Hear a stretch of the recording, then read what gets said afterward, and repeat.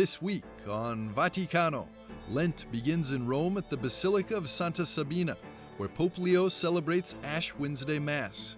From there, we follow him as Bishop of Rome to 5 Roman parishes, bringing the season's call to conversion to his diocese. Meet Father Wenceslao Vial and discover how confession can restore both soul and mind.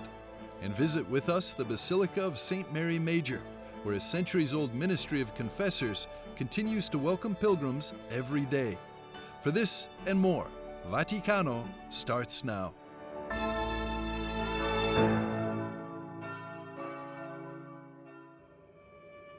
The Aventine, one of Rome's famous 7 hills and an ancient site of Christian worship.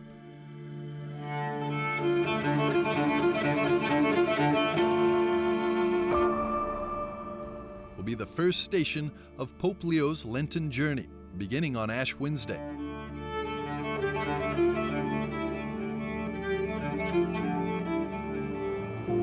Together with cardinals and the Benedictine and Dominican religious communities, the Holy Father will lead a traditional procession that starts at the Basilica of Sant'Anselmo and ends with the celebration of the Mass at the Basilica of Santa Sabina.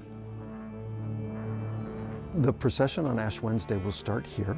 So the Pope will come in and he'll begin there from the chair. The monks and the Dominican friars will be up in the choir stalls, and there'll be a little prayer service, and then we all gather here in procession and go down the center aisle here out the door, out through the courtyard, the gateway, and on our way to Santa Sabina. Pope John XXIII revived the 4th century custom of the Station Church pilgrimage in 1959. As a community, on each of the 40 days of Lent, Romans venerate the early Christian martyrs and prepare for the celebration of Christ's resurrection, his victory over sin and death on Easter Sunday.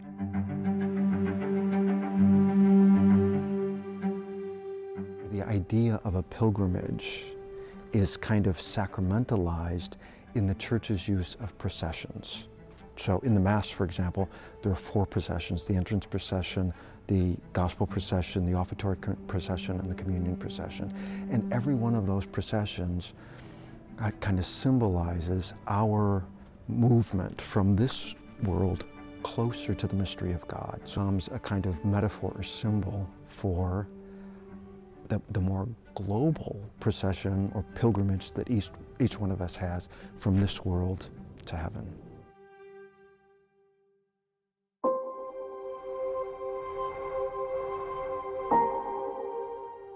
As the procession continues from the Benedictine Church of Sant'Anselmo through the Aventine neighborhood to the nearby Dominican Basilica of Santa Sabina,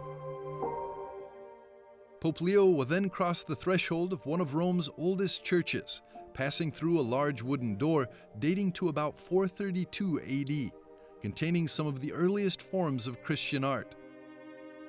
On the door, we have a very important Christian symbol. In the upper left-hand corner can be seen the oldest known depiction of Jesus Christ crucified. It allows us to think of the meaning of Lent, to embrace the suffering of Christ, especially when we consider it from the historical perspective, the evolution of Christian understanding. We didn't really know how to handle the cross.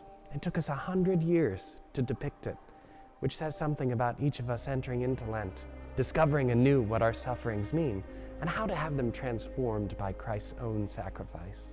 In addition to the rich spiritual heritage found in church art and architecture on the Aventine, Father Eusebius said nature on the hill has also inspired contemplation on the mystery of Christ's work of salvation.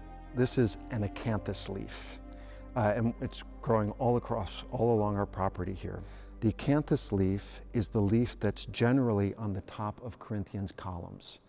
And so the acanthus leaf is a symbol of the resurrection, because it gets really vibrant and then it dies, and it's like it lays against the ground and it's like completely dead until the spring. So we're in the spring now, and it comes back to life, and then in a couple of weeks it will start putting up flowers, right, which represents it'll bloom around Easter time.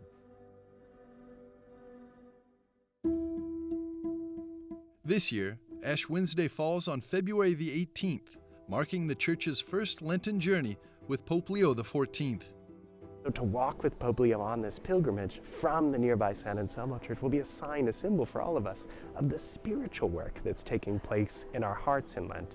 We'll all be on pilgrimage together. The Holy Father has made unity a centerpiece of his pontificate, and we see a beautiful sign of that on Ash Wednesday because all of the cardinals gather around the Holy Father, and the Pope himself imposes ashes on them during the Mass, during the ceremony.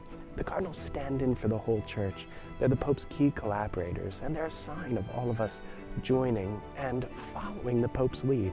The Pope is the vicar of Christ. It belongs to the Pope to imitate Peter, Peter to imitate Christ. And so he's a visible sign to us of this centrality, of this unity, of this common Christian project.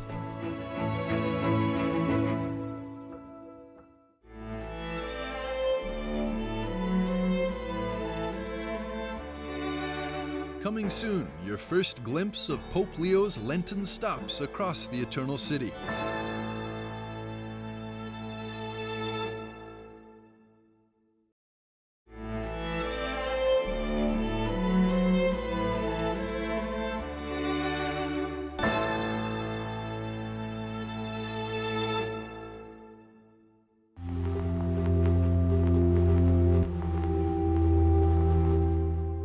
This Lent, starting from February the 15th, Pope Leo XIV is stepping beyond the Vatican walls, into the streets, the outskirts, and the overlooked corners of Rome. On each of the 5 Sundays of Lent, the Bishop of Rome will encounter parish communities from the city's 5 pastoral regions, bringing the papacy where daily life is lived, struggled, and hoped for.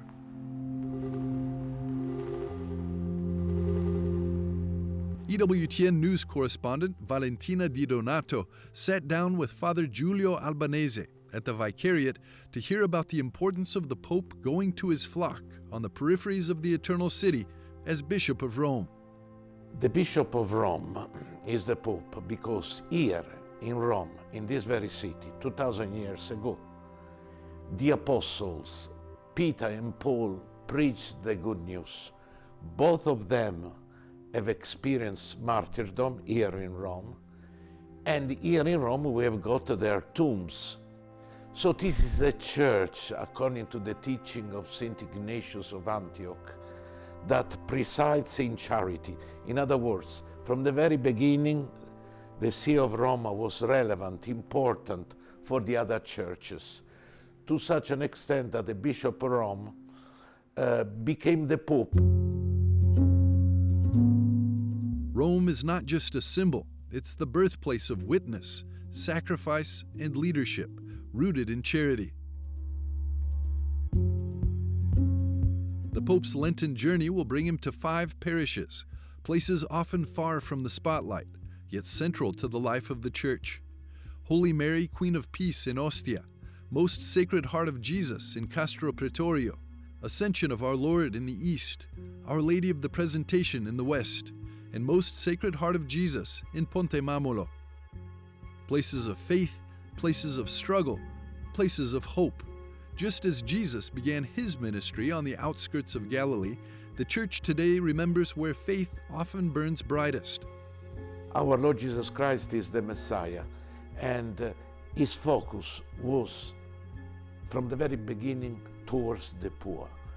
And this is a responsibility that all the Church, all the priests, deacons, bishops have towards our people nowadays. We have to take into account that we are living in a society at international level where there is a gap between the rich and the poor. We are living in a society where very often there is a state of poverty to such an extent that people cannot make ends meet. This is true outside, in the peripheries of the world, but this is true also in the outskirts of Rome. The Gospel's call is clear. Faith must reach those who struggle to make ends meet, even here on the edges of Rome.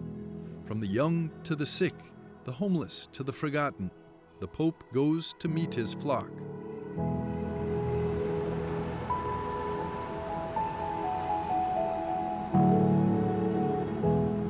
Ostia, essendo una parrocchia di periferia come un po' tutte le periferie. Being a suburban parish, Like many on the outskirts of cities, it has its positive sides and also some less positive ones. This area is a very good one, though there is another part that is more run down, where unfortunately drug dealing and some prostitution are fairly common.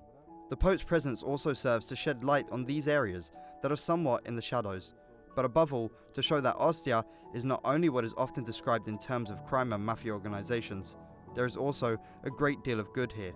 So I hope that the Pope's visit will highlight above all the good in this city, because labeling Ostia, as is often done, as a place of criminality is wrong. Come un luogo di criminalità è sbagliato.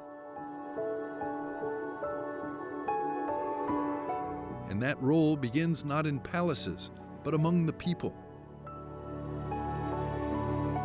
Our guests are really growing. We have had, we're seeing now, this month, a 30% year-over-year increment, from 90 to more than 120 meals per day on average. Today, for example, we closed at 131. This increase is happening because things aren't going better, aren't improving, generally speaking. They are increasing here because over time, more and more people, they know that we are here and come because we welcome everybody in the true spirit of the gospel with open arms, and then try to also help them with other services besides mere food. Costantino comes to Caritas every day, has a strong faith, and is eagerly looking forward to the Pope's visit to Ostia. Più vado avanti, più mi stanno illuminando, perché The more I go ahead, the more I have become illuminated. Faith is something that is strong. If you live it inside of you, you with the Father and Mary the Mother live it. It illuminates you.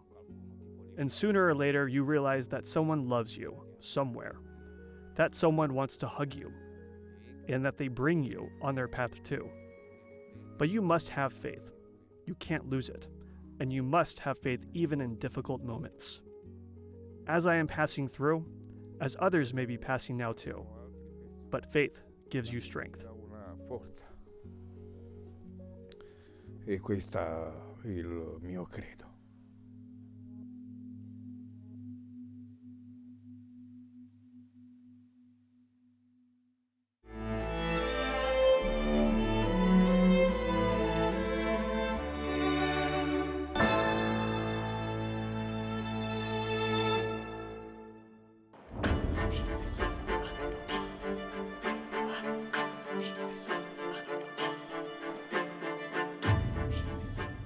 He was first trained to heal with a scalpel, and later called to heal in the confessional. God knows absolutely everything. Father Wenceslao Vial is a priest and professor at the Pontifical University of the Holy Cross, working at the meeting point of medicine, psychology, and faith. They are very intertwined. We have to see them together. Through books like Psychology and Christian Life and his study on Viktor Frankl, he takes on a question many people don't know how to respond to. How can psychology help confessors? In this interview, EWTN Vatican correspondent Magdalena Wolinska-Riedi speaks with Father Vial about what confession can give that therapy cannot. What does it mean for you personally to be a confessor and on the other hand to be a doctor on psychology and spiritual life? It helps me because I get into what the dimensions of the human being are.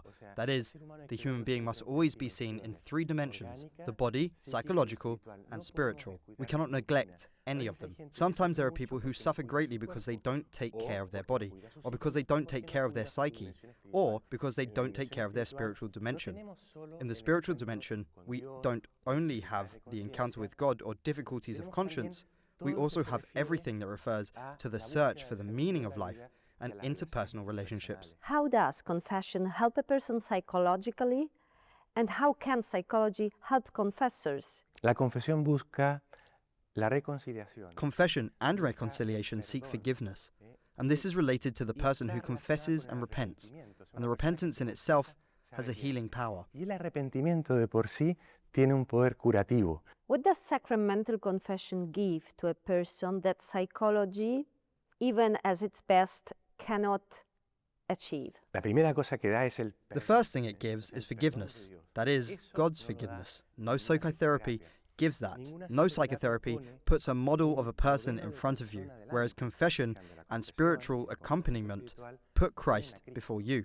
In other words, that's what it gives. And what it also gives is grace, God's grace, that created supernatural good that helps us. In other words, it's an interior force that transforms you, that converts you, and finally gives you peace. Is there anything that the therapy session can provide to someone that confessions cannot? The fact is that the goals are actually different. Because psychotherapy or psychology or medical treatment, psychiatric treatment, I'm a doctor, gives a person something different. It gives or seeks psychological health, perhaps seeks to restore some difficulties of personality or way of being that exist or that come from even before birth. And all that restoration, that strengthening of the personality with psychological healing, which is the ultimate goal, or at least psychological stability, is what psychotherapy gives. Have you ever seen therapy undermine confession or confession undermine therapy? When there's a lack of understanding between the two fields, when there's a lack of knowledge, when the psychotherapist or psychologist or doctor distrusts spiritual life, or the priest, the confessor, distrusts psychology, that lack of knowledge causes distrust that goes against the person, against the good of the person, which is what is being sought. The priest has to listen a lot. The psychotherapist has to listen a lot as well. And both must know the field in which the other operates, and thus help. When a penitent confesses something that looks like a symptom more than a freely chosen act, how do you handle culpability and absolution? This depends a lot on the situation you find yourself in. But indeed, sometimes there's a penitent who says something. Well, this isn't properly a sin. They're not confessing something because it hurts them, because they've harmed themselves, because they've harmed others, because it pains God who loves us, because he sees us destroying ourselves, which is the true meaning of sin, right? Instead, they're saying it perhaps through an obsessive mechanism, a mechanism of anticipatory anxiety, like the typical mechanism of obsession. So then one can realize that, and very delicately, listening first, make them see it. Make them see the importance of God's love, the importance of the true meaning of sin. The priest doesn't have a sinometer to see whether this is a sin or not, and neither does God. What God seeks, and God knows everything besides. If a person gets complicated, that's the first thing you have to tell them. Look, God knows absolutely everything. And now I wanted to ask you at the end about this research group you grounded actually at the University of Santa Croce, a research group on psychology and spiritual life together. What does it exactly consist in? What does it work on? Well, this group is called Juan Battista Torello. It has the name of a priest and psychiatrist who taught here at the university and passed away in 2011. He was a very good friend of Viktor Frankl. In 1970, Juan Battista Torello brought Viktor Frankl to Rome, introduced him to Paul VI, and he was able to meet with Paul VI, which for Viktor Frankl was something very, very interesting. He also met with Saint Jose Maria, the founder of Opus Dei, and well, here at the university, we wanted to form this group with this name precisely to seek these interconnections between spiritual life and psychology. For a long time, it has been thought that they were distant fields, even contrary to each other, when in fact, they are very intertwined. We have to see them together. Father, thank you so much. Thank you very much. You're welcome.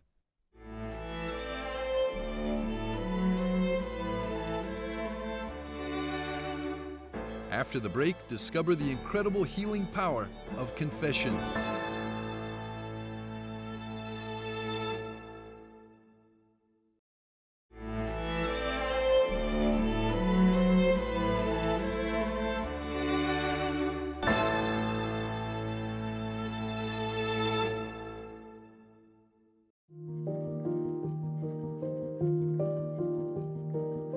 The 40 days of Lent that separate us from the joy of the resurrection are a time when we delve deeper into our souls and often desire to change something in our lives.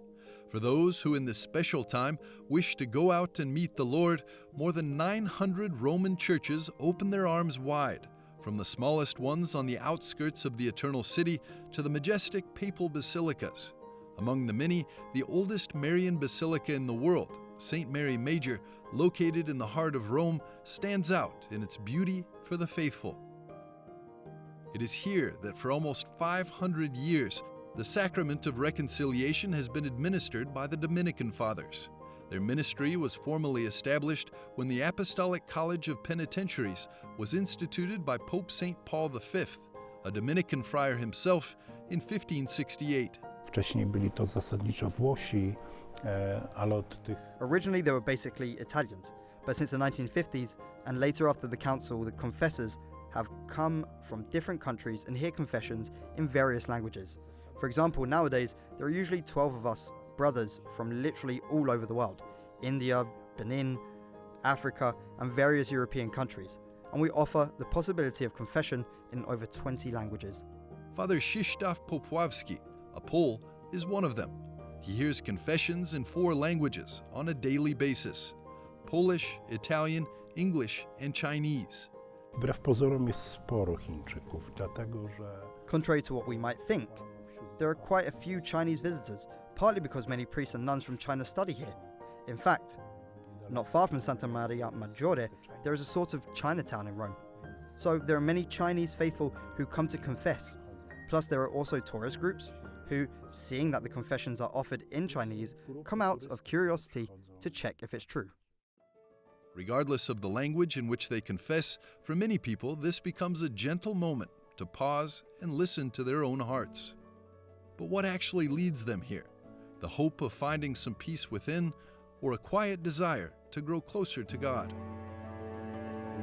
Myślę, że to spektrum jest bardzo szerokie i tak naprawdę... I think the spectrum is very wide. In fact, a lot depends on faith. Those who are deeply faithful are genuinely seeking reconciliation with God.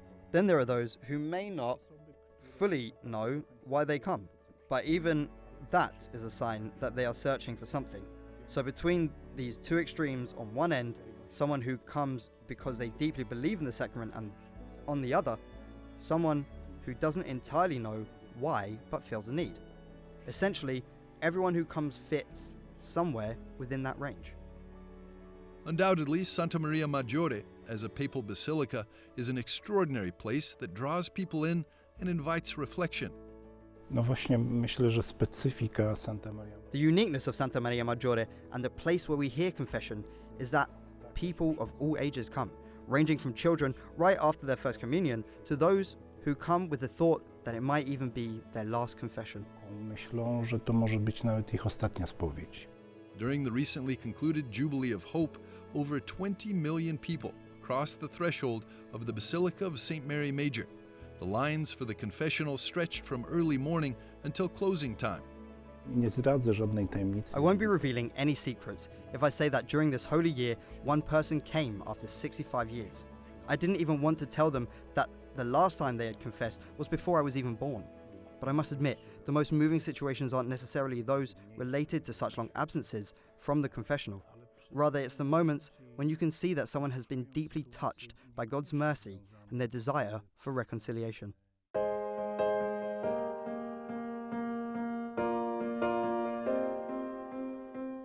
During the Holy Year, the number of faithful visibly increased from April onwards, when Pope Francis was buried there.